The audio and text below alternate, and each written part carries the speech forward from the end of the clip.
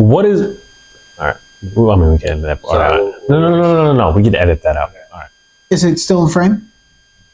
Okay, cool. 3, 2, 1.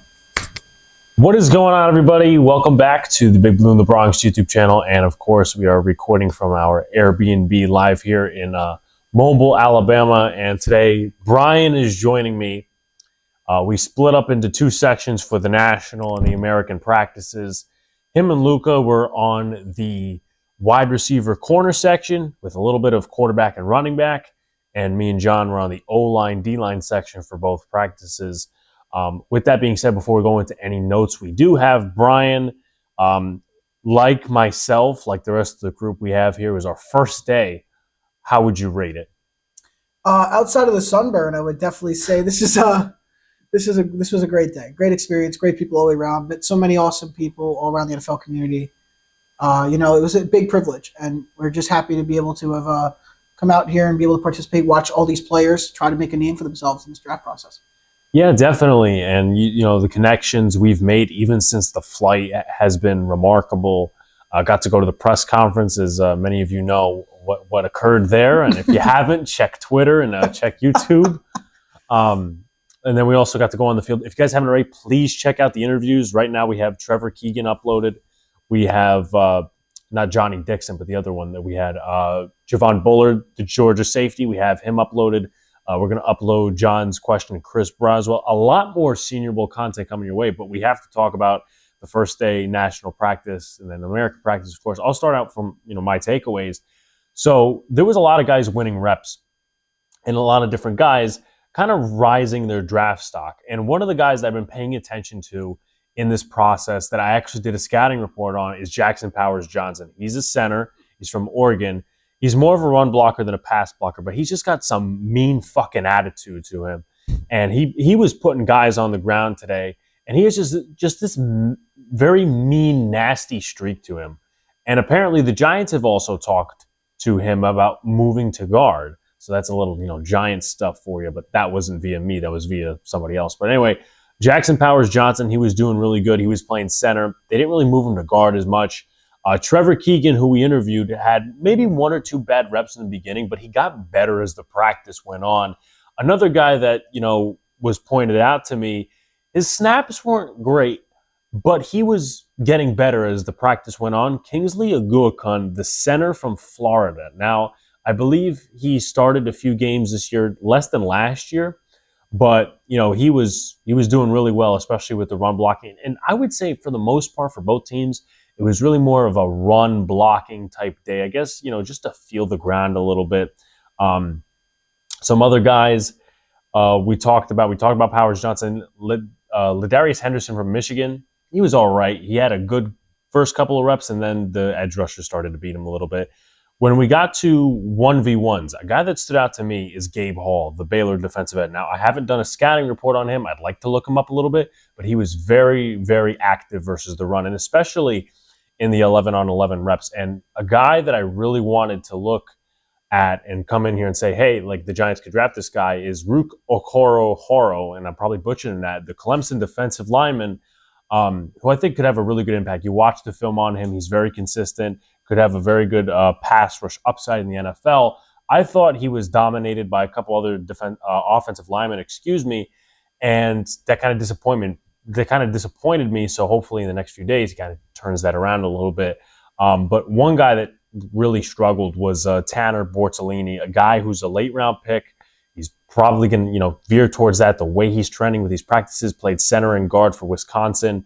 He's got experience at all sorts of positions, just the play is not there. And he got absolutely pummeled by Dwayne Carter. But before we move to the American side, Brian, what did you see from the national team, wide receivers and corners?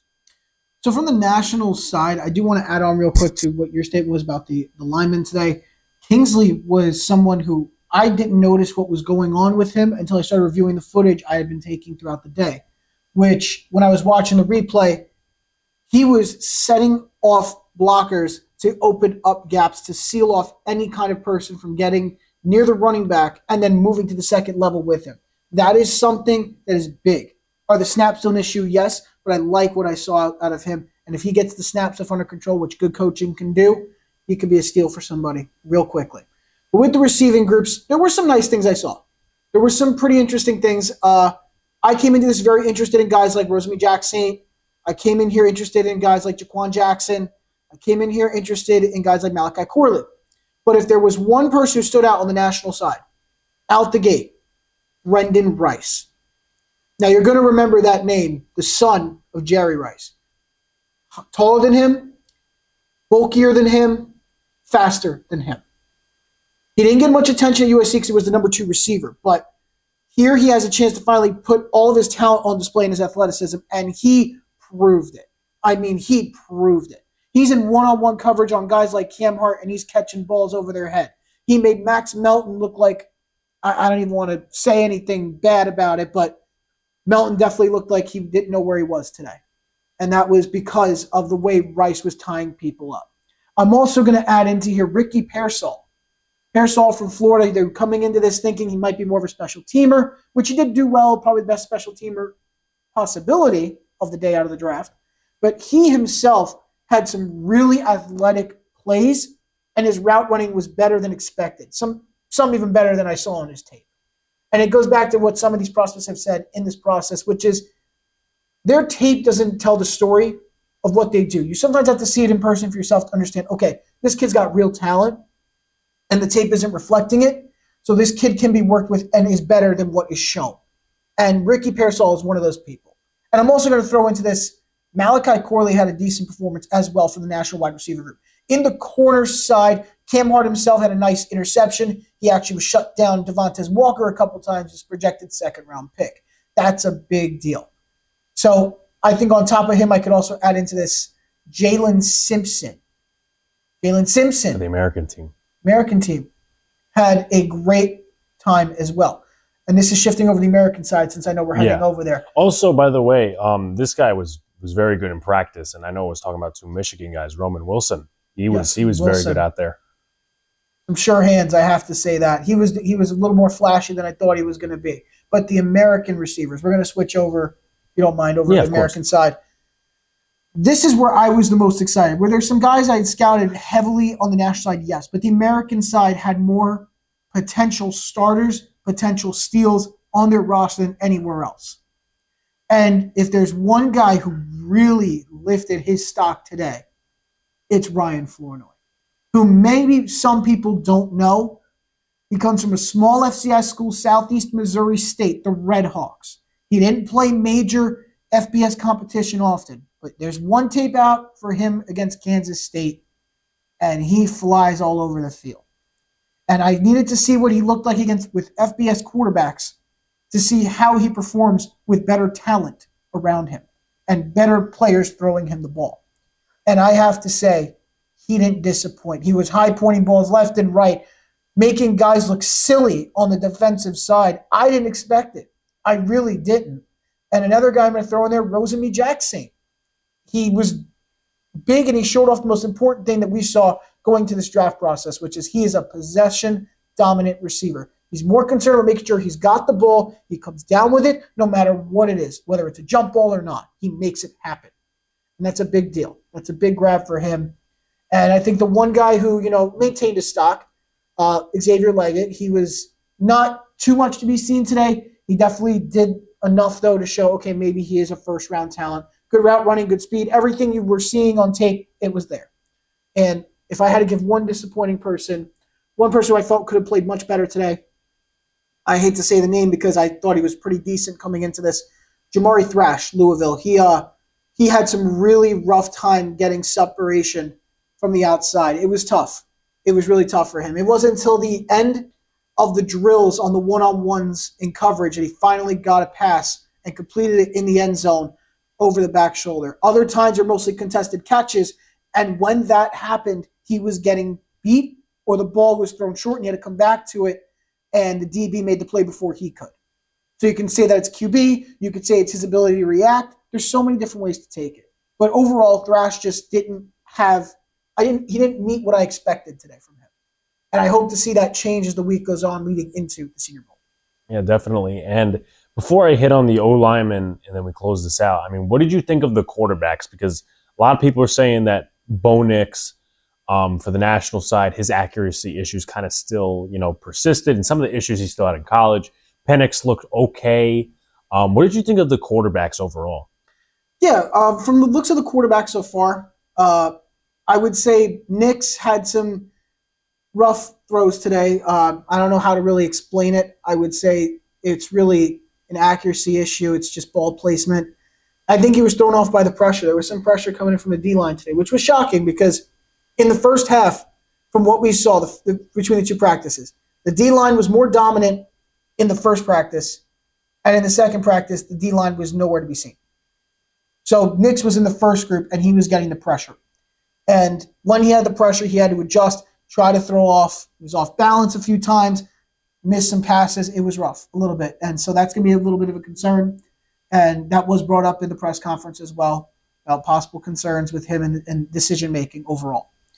And there's a guy that I really think surprised me more than anybody else.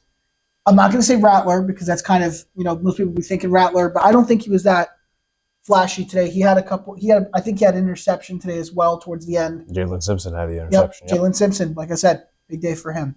Sam Hartman, exactly what I thought he was going to be, game manager style, just like the Notre Dame way. And I would definitely say Penix was sharp, but not sharp to the point I was looking for, because he did miss some deep throws, which was something he got easily with the Huskies, but not today. There were a few that he wishes he could have back.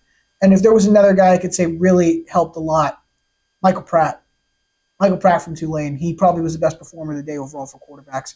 The way the ball was flying out of his hand, he threw it with confidence, with a mission in his head, and an objective in mind.